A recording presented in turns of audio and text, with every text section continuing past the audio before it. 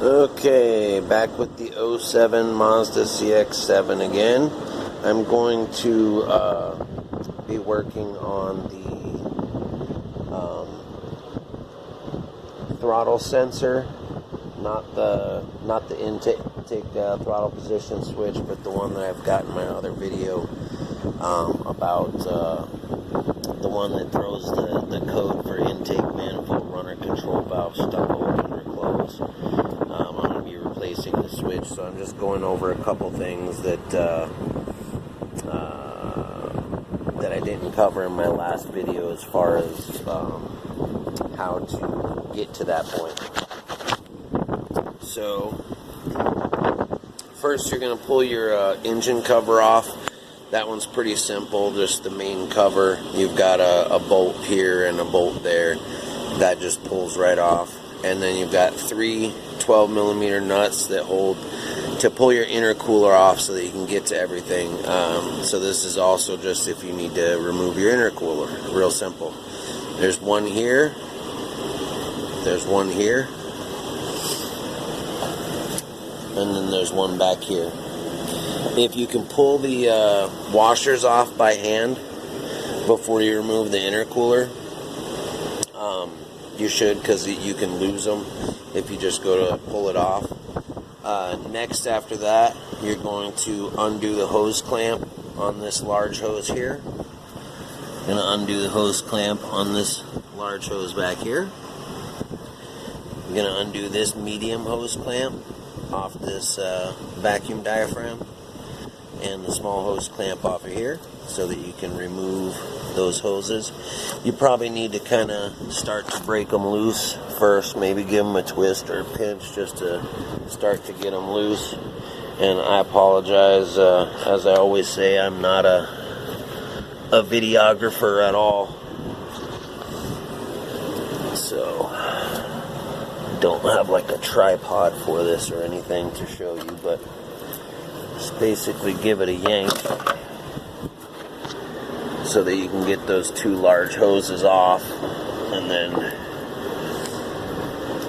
get that little one out the way, and that is how you get the whole intercooler off right there. Bada bing. So those three nuts and those few hose clamps, and you have a lot better access to your engine for whatever you're going to do, whether it's spark plugs or runner control valve, coils, all that stuff. So I'm going to be working on this switch that's right down underneath a lot of this drive, so you can't even see it yet. But next is going to be the fresh air intake tube. So I'm going to pull the whole top of the air box off. I'm going to undo this hose clamp back here so that I can and then just undo your clips, like if you were going to change your air filter. Undo your clips, disconnect the sensor, undo that one hose clamp right there, and the whole top of this is going to come off. Once that's done, we're going to have access to get down there to that switch that we're going to be working on. So for the time being, I'm going to pause this and hope that I can stitch these two videos together later. If not, there will be a part 1 and 2. Okay, so again, I'll try to hopefully put these together for you. The next step, to be able to get to all the goodies down here, you've got 2 bolts. You might have 3, and I was missing one, I'm not sure. But there's this metal plate right here. You'll see that looks like this. This actually ends up being down here on the side, and this whole wire harness just kind of sits flat over the top of all this. There's one bolt on top, and then one that's down behind this hose that mounts in from the side. This is the plug for the throttle position switch that I am changing out right now. And this, so you want to unplug that so that it's out of the way. This hose that comes up right here clips into this little plastic clip on that metal bracket, so you want to pull that out. And then whenever I'm working on this section, I always just take a real loose bungee. You don't want to be yanking on it, but just something to wrap around there and kind of hook it so that, unless you got someone that can stand there and just kind of hold the wires out of the way, just makes it so all that stuff's not sitting right in your way.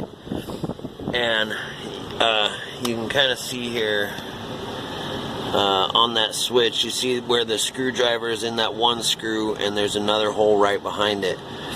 That's the 2 screws that hold that switch on from the factory. If you saw my previous video, I did a jimmy rig setup because part of the problem I had was this white plastic switch right here on mine. The little plastic arm had broken. And so by scooting the switch forward and bending the bracket down, it makes it so this metal arm here will still hit the button. But my wires were actually pulled and shorted on this switch, so even though I fixed the geometry so I didn't have to replace the whole intake manifold, because you can't buy just that plastic piece, it only comes with the entire intake manifold.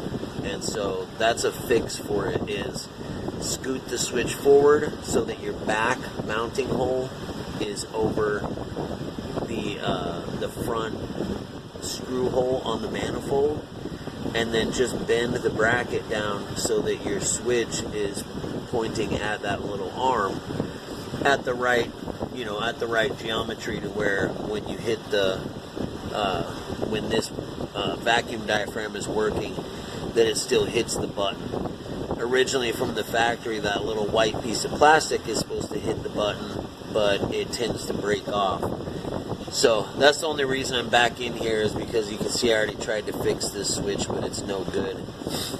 So if you're getting that code that the intake manifold is stuck open, it could be that this diaphragm is bad. It could be that that switch that I'm replacing is bad. It could be that your little plastic arm there is broken. It can be your intake manifold runner control valve. It could be the vacuum lines that run to that control valve could be cracked and leaking, or this plastic box could be clogged full of junk. So, or the wiring that goes to these switches, or that thing. So that's already in another video that I posted. It's a little more detailed on both of those.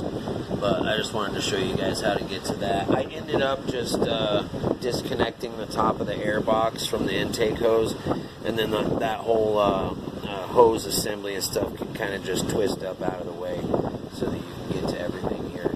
And then this hose that goes to that diaphragm, and kind of just push it down out of the way. Generally a good idea if you're unplugging anything, working around that sort of stuff, to unhook the battery, like you can see I've done here. Real safe way to work when you're working with electronics and stuff.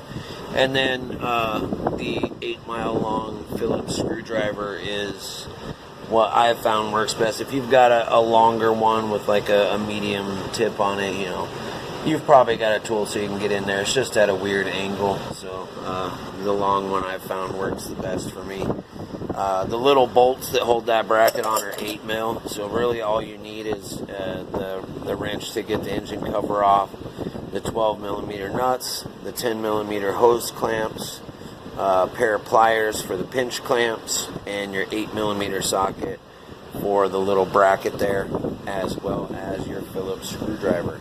So hopefully that will help you out if you need any instruction on how to get the intercooler off, how to change your throttle switch, any of that stuff. If you got any questions, just post them in the comments. I try to answer. So, and as I hear, it's supposed to be good to get subscriptions and stuff. So I'm always doing little fixes on my Mazda. If you got any other questions, hit me up. Good luck, guys. Sorry, I almost forgot a very important step. This is the little bracket on the side of that switch. It comes perfectly straight. If your problem is that plastic arm is broken and you're trying to do this rig, that's about how I bent it to get it to line up with the metal arm to bypass the plastic. So instead of being flat, kind of gave it a little bit of a in twist, bit to the right there. and then just use 2 pair of pliers. You know, put 1 pair here and 1 pair on the end so that you can get kind of a sharp bend there. That about gets it to lay perfectly in there. So